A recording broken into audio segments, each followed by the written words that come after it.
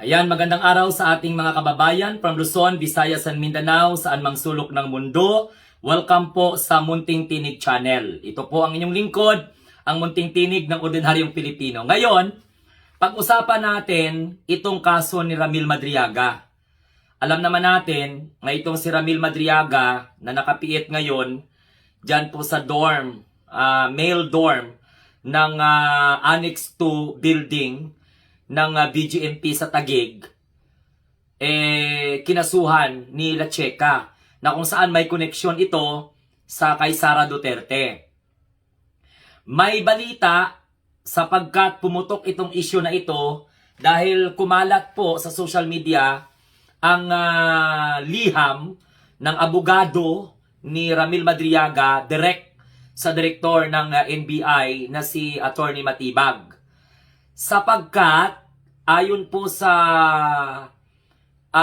ulat, nagre-request po sila ng verification with regards sa napabalitang banta sa buhay ni Ramil Madriaga. Actually, hindi lang buhay ni Ramil Madriaga, pati yung buhay ng kanyang pamilya ngayon pumuputok sa social media na medyo delikado. Sa hindi natin malaman na dahilan kung sino ang may gusto siyang patahimikin. Wala tayong inaakusahan dito. Pero syempre, sa mga chronological order of events sa buhay ni Ramil Madriaga, talagang may mabigat siya na information through his statement against sa Vice President na nag-akusang ang Vice President ay tumatanggap ng pera mula po sa illegal na operation. Now, at syempre, marami pang iba. Ngayon, ang abogado ni Ramil Madriaga mula po sa Palad Law Firm sumulat sa direktor ng NBI kung pwede imbestigahan gaano katotoo itong napabalita na ang kanyang inmate ang isa sa maging dahilan ng banta sa kanyang buhay. Actually, hindi lang naman po abogado yung nag-alma. Marami na rin po mga social media influencers, isa na po dyan, si Simon Tolfo, nagsabi na yung identity daw ng inmate ni Ramil Madriaga ay parang bouncer. So, syempre, malaki ang katawan, maskulado. Hindi natin alam kung ano yung katotohanan dyan. Pero, hypothetical, hindi po ito dapat isawalang bahala. Dahil ano na lang ang mangyari sa statement ni Ramil Madriaga na kung saan napapabalita na yung kanyang affidavit ay bahagi po ng impeachment evidence na lumutang. So, hindi po ito dapat isawalang bahala. Actually, habang naga-content ako ngayon, may information tayo na nakuha na kung saan ay parang isa-ilalim si Ramil Madriaga sa custody ng NBI mula po sa BGMP.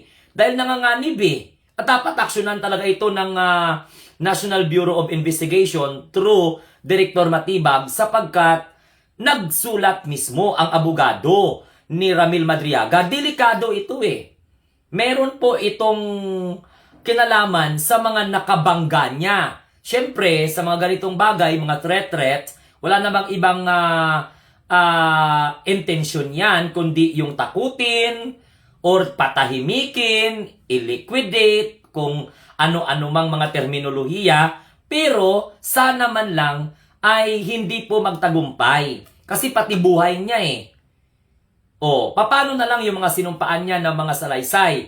And si Sara Duterte nagsampa ng kasong perjury laban kay Ramil Madriaga. Nagtataka nga tayo dahil sa katagal-tagal na nag-execute ng affidavit at actually dininay ni Sara Duterte na may direkta siyang kinalaman o relasyon kay Madriaga. Sabi nga niya, wala siyang hindi niya to kilala Pero for the information of everyone, itong si Ramil Madriaga, convener ito ng ISIP, grupo na sumusuporta para sa kandidatura ni Sara Duterte sa pagka-pangulo. May lumabas pa nga na information na magkumpare itong si Sara Duterte at saka si Ramil Madriaga. So ano man ang katotohanan dyan, wala na tayo doon. Pero nakapagtataka ang aksyon ni Sara Duterte. Kaya sabi ko nga sa inyo mga Duterte Diehard supporters, correct me if I'm wrong. Si PBBM ilang beses inakusahan. Binalahura, minasama, pinahiya, niyurakan ang kanyang pagkatao, inaatake, personal, pero wala tayong napabalitaan na naging vindictive ang first family, first couple, lalong-lalo na ang Pangulo, na kung saan sumisinghot ng mga ipinagbabawal na gamot, nakikipagtalik sa kapwa lalaki or whatsoever. Wala pong wala naman pong mga katotohanan. Pero hindi po sila nagkaso. Pero itong si Sara Duterte na alarma. Ano ba ito? Panic mode? So mayroon pong theory na lumalabas na okay. Kinasuhan ni Sara Duterte si Ramil Madriaga para siguro magamit nila yung tinatawag na sub judice rule. Pero kung ganun ang kanilang premise, halimbawa lang, hypothetical, titingnan natin kung kahit may kaso siya sa civil court, kasi unique naman talaga na trial itong impeachment, hindi na ba siya pwedeng tumistigo? What will happen to the testimony of Ramil Madriaga against Sara Duterte if halimbawa mag-usad yung kasong isinampa na perjury ni Sara Duterte? Kasi pwede nang sabihin na, hindi na po kami magko-comment dyan because mayroon na pong sa korte yan. Baka sabihan kami na i-observe ang sub judice rule. Pero, pwede nilang gamitin yan. Pero mga kamunting tinig, hindi po maalis sa isipan ng mga Pilipino. Bakit ngayon lang? At tinaon ni Sara Duterte na tinatalakay ang kanyang impeachment about to determine the sufficiency in substance.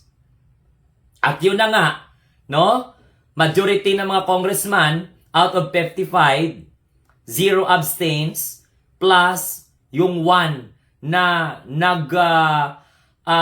boto against, na ideklarang sufficient in substance ang impeachment complaint endorsed by Laila de Lima, Abante, and Ortega. Kasi yung dalawa, yung first impeachment complaint was being set aside because of 1-year rule bar.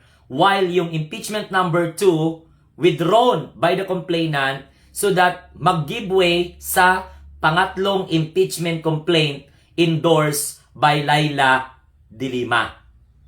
Marami pong nagtatanong, what will happen kung mangyaring masama kay Ramil Madriaga? Sino ang dapat singilin ng taong bayan kung ano ang mangyaring masama kay Ramil Madriaga?